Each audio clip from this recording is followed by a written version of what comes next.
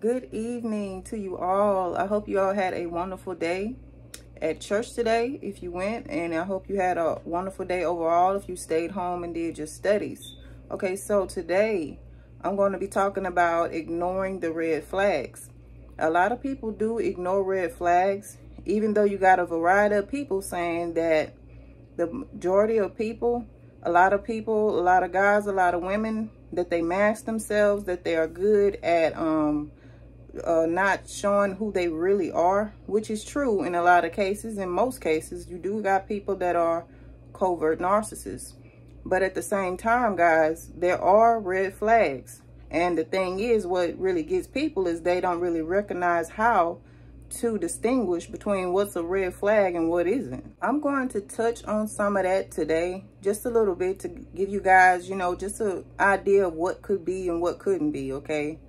But I want to start off by saying, as far as that goes, as far as demonic spirits go, a lot of times they will hide themselves. So I do know what people are talking about. And a lot of times they will not only hide themselves in other people, they will hide themselves inside of you as well if you have demonic spirits. You won't even know that you have any until a certain event happens, or something happens to you, like warfare or something, and then a certain part of you or a part of it will come out. And you'll be wondering, like, what did that come from?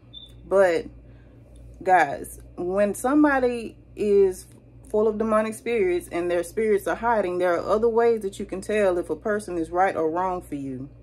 For example, like a person could show certain personality traits to you that are not right. I want to tell you guys about, I'm going to give you guys a short story about what happened to me some years ago. I had went out on this date, okay? And this person, first of all, they was late. That was the first red flag. And I went anyway. Today, in this point in time of my life, I wouldn't go. And I know why I went in that season of my life, because I was in a different season then. But today, I'm grown, and I will never do that again. So I didn't see any demonic spirits in this person's face initially, until a certain point, okay? So once I went on to the date and everything like that, we got to the place that he took me to, and it wasn't right. So I just stayed and started asking the man questions and started kind of making small talk. And as you guys know, I don't really talk that much, so I know I wasn't talking a lot. I just know I wasn't, because I don't talk that much. But since we are on a date, I figured, hey, this is the part where you start to try to get to know the person, right? So as I'm getting to, into what I was trying to ask him, this man shushed me. This man said, shh. I looked. I didn't say nothing, y'all, but I looked, and I just was like, okay, I'm just gonna hush. This has told me everything I need to know about this man. And y'all, I never talked to him again. This grown man really shushed me, y'all. Y'all should have seen my face. And I let it go, because I already had a plan for that man. I said, okay, well, this is not it. This ain't it at all. First of all, I just got the clue that you are controlling, that you don't care about what I have to say, that you don't like women, because I get that vibe from you too. Not saying that he was gay, but I'm saying that he don't respect or like women. So that's not the type of dude that I want. I like to be able to have a conversation with the person that I'm talking to, right? But y'all, I was cracking up before I came on here, because I said, let me go on and get these laughs out, because this is hilarious to me when I thought back at it.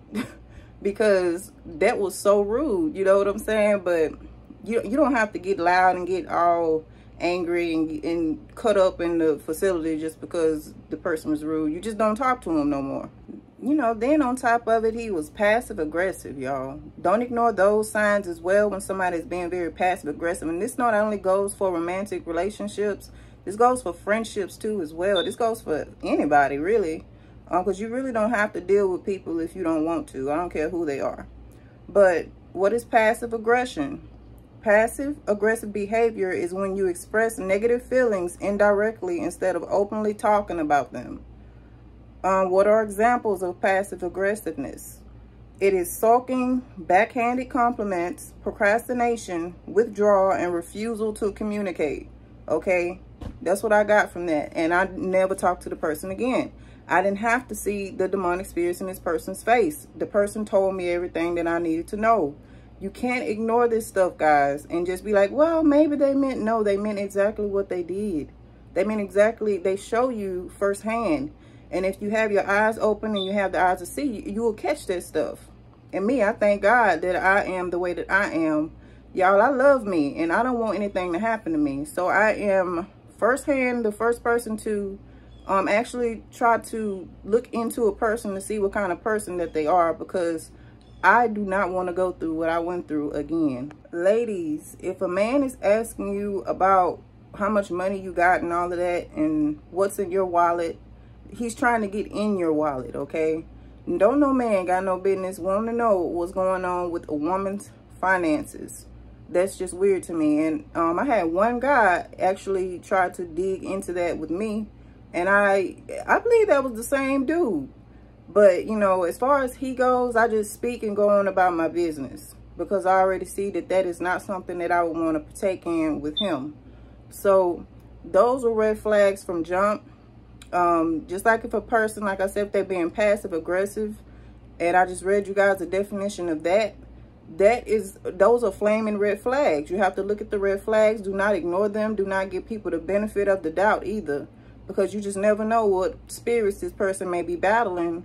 And sometimes when they spirits come out, it will be in a way to physically attack you. So you don't want to even go anywhere with them as far as indulge in a relationship, because a lot of times it don't come out until they're ready to attack you. Some people can fake it very well, but when you know you and you know how you want to be treated, then that just eliminates the majority, okay? And it's best to be single anyway, but I'm not the type of person to just give up completely on marriage and all of that kind of stuff. If it's in the will of God, then, and if God said that it's for me, then hey, I believe him, even though I don't see it. So just like I didn't see a lot of stuff that's happened in my life.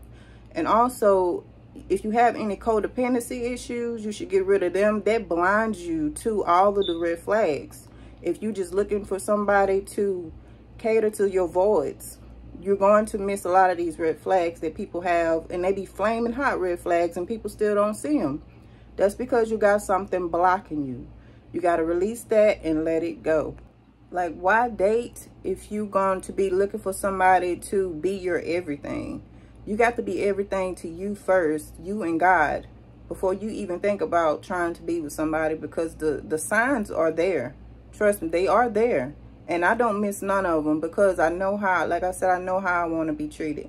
And I'm not codependent, and I don't have anything that's like any voids that's making me proceed with something that's going to hinder me in the long run. Because if I would have been in a relationship with that man, I wouldn't have been able to even voice my concerns, because I would have got, shh, that man was crazy. I got all the laughs out before I came on here. But guys, I hope you get the point. I love you guys, and I'll be talking to y'all later. Bye.